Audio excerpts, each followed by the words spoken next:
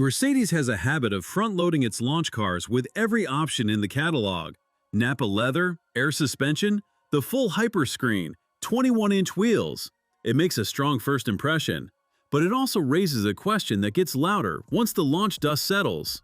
What does the car feel like when you strip all of that away? This is the base-spec GLC 400 4MATIC with EQ technology, and it might be the most important version Mercedes builds. The sticker reads €60,375 before a single option is ticked. At current exchange rates, that is roughly $71,200. For a dual-motor electric SUV with 483 horsepower, 590 pound-feet of torque, and a WLTP range of 443 miles, that number deserves a moment. The BMW iX3 opens closer to $84,000 in equivalent European specification. The Porsche Macan Electric starts well above that. Mercedes has priced the entry GLC EQ below every German competitor with comparable output. On the outside, this car wears obsidian black metallic, and under the Graz showroom lighting, it pulls the bodywork tight. The wheelbase is over 3 inches longer than the combustion GLC, which stretches the cabin without bloating the footprint. The illuminated grille is standard equipment. So is the full-length panoramic glass roof with segmented electronic shading. These are not options. They are included at the base price. Inside is where the argument gets sharper. This car does not have Nappa leather. It wears ARTICO, Mercedes' man-made leather alternative, and it carries Vegan Society certification. That sounds like a compromise, but sitting in it tells a different story. The material is soft, the stitching is precise, and the cabin feels like a finished product, not a starting point for the options list. The dashboard runs a continuous glass surface, housing a 10.3-inch driver display, a 14-inch central touchscreen, and a 14-inch digital trim panel. This is not the full hyperscreen, which requires a step up in trim, but the screens are the same individual units on a shared surface. It does not feel like something is missing. The front seats are well-shaped, with electric adjustment and 4-way lumbar support as standard. The rear cabin benefits noticeably from the longer wheelbase. Legroom is up nearly 2 inches, headroom gains close to that, and rear climate controls and USB charging are included. Behind the second row, the boot holds 570 liters, just over 20 cubic feet. Fold the rear seats and that extends to 61.5 cubic feet. There is also a frunk at 4.5 cubic feet, enough for charging cables or a carry-on bag.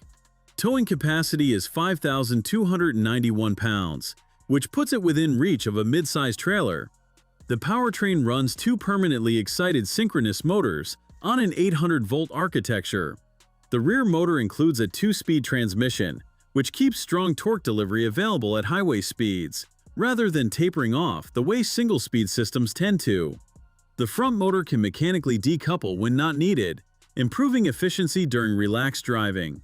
Mercedes claims 0 to 60 in 4.2 seconds, but what reviewers have noted consistently is that the power delivery feels composed rather than violent. CarWow pointed out that the steering offers very little feedback through the wheel, and that the car leans in corners more than you might expect from this much capability. That is a fair trade-off. Mercedes has prioritized ride comfort and cabin isolation over sharp handling, and buyers coming from the BMW iX3 will feel the difference immediately.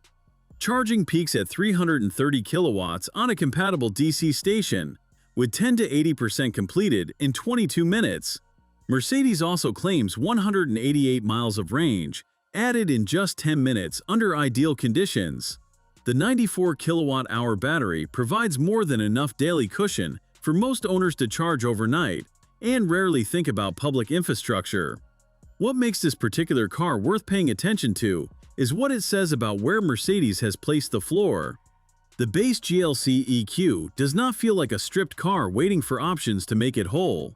It feels like the full product, delivered at the lowest price Mercedes could justify.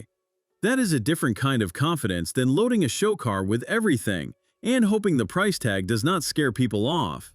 It is the kind of confidence that wins the segment over time.